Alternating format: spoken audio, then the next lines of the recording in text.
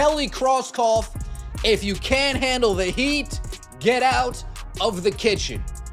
If you were perfectly fine when Fever fans were bending over, kissing your ass, applauding your decisions, you better stand here and take it when Fever fans are pissed off, upset, and are voicing their displeasures. If our voice mattered that much then, you best believe it matters that much now. The Indiana Fever president recently made comments about Caitlin Clark that instantly set the basketball world on fire. And honestly, when you try to downplay the importance of your franchise player, the very reason your organization matters, everything changes. The reaction was immediate and brutal. Karma has a funny way of reminding people who the real leader is. The fallout from these comments has been completely absurd. It raises a serious question. What do you think happens when a business tries to scale back the importance of its biggest star? Brand is going to get as big and go as far as Caitlin Clark takes it. And I don't think Kelly Krauskopf understands that. And the latest video that is surfacing, floating around, being consumed by Fever fans across the globe, because this is an international superstar they have on their hands. This may have been the straw that broke the camel's. Based on the reactions from players and staff, it seems someone at the Indiana Fever actually thought this approach would work. They recorded a discussion about long-term brand development, apparently believing it was a great idea to suggest the franchise should be about more than Caitlin Clark. Because nothing screams smart business strategy like publicly minimizing the person who single-handedly rescued your franchise from irrelevance. Did I end their official statements? Fever leadership. Yes, I'm being generous by calling it leadership, talked about building a sustainable brand. They even compared themselves to Apple. In this vision, Caitlin Clark's role is apparently to help people understand that the team doesn't want to rely too heavily on its core players. That's corporate language for saying, we don't want anyone to think this whole thing is about her.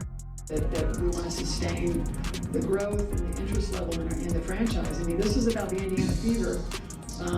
Yes, we have a foundational player in Caitlin Clark and Leah Boston, and we're going to continue to add to that. But I want this team to be the leader in the country, and a brand, an enduring brand, like Apple or something. We have a real opportunity. Let me explain just how tone-deaf these comments were. This executive essentially told fans, who immediately erupted online, that the team wants growth and excitement, while also implying that Caitlin Clark, the reason for that growth and excitement, shouldn't be treated as central to the franchise. That's like McDonald's saying they want to be known for more than burgers, while intentionally hiding the Big Mac. Fans responded exactly how you'd expect when their intelligence is insulted. Social media exploded, accusing the organization of being completely detached from reality. And honestly, they earned every bit of that backlash. NFL. This is the WNBA. A star is going to take the Fever where the Fever want to go.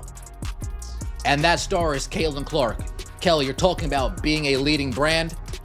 You're talking about sustaining growth, sustaining the interest level in the franchise. You know how that happens?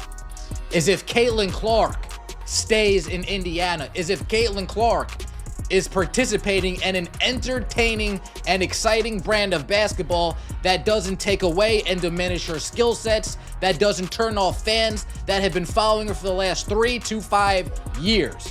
Here's what these so-called business experts seem to have forgotten. Before Caitlin Clark arrived, the Fever were drawing maybe 4,000 fans on a good night. TV ratings were abysmal.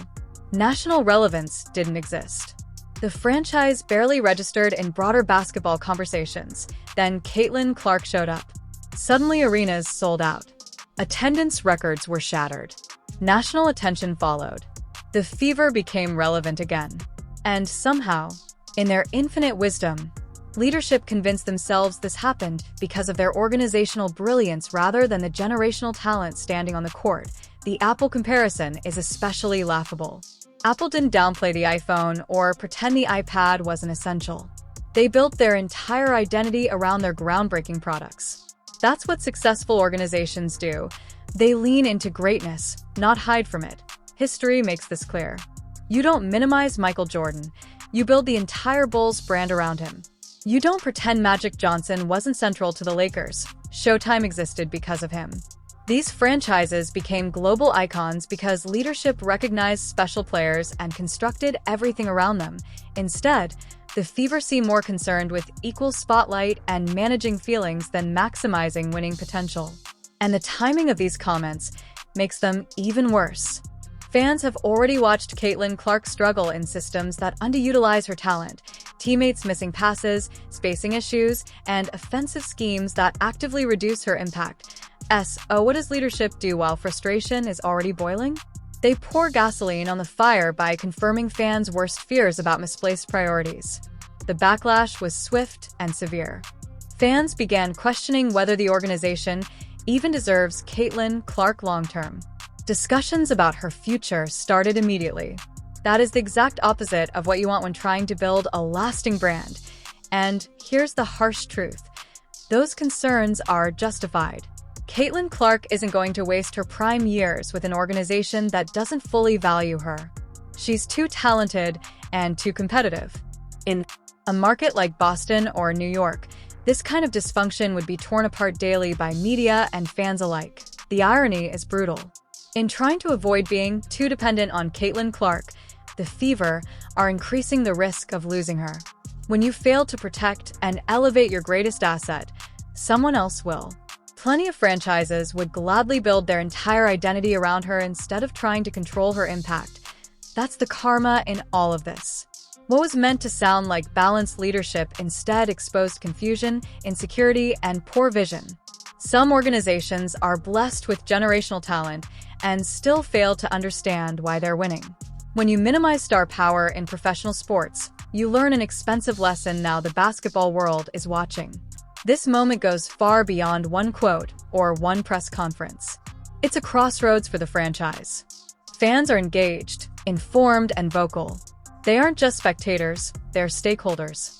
And when they speak, the league listens. What happens next will define trust, culture, and legacy. Great organizations don't fight momentum, they build on it. They don't dim their stars, they elevate them. The next decision will matter. And make no mistake, the basketball world will remember how this moment was handled. This story is far from over. In fact, it's just beginning.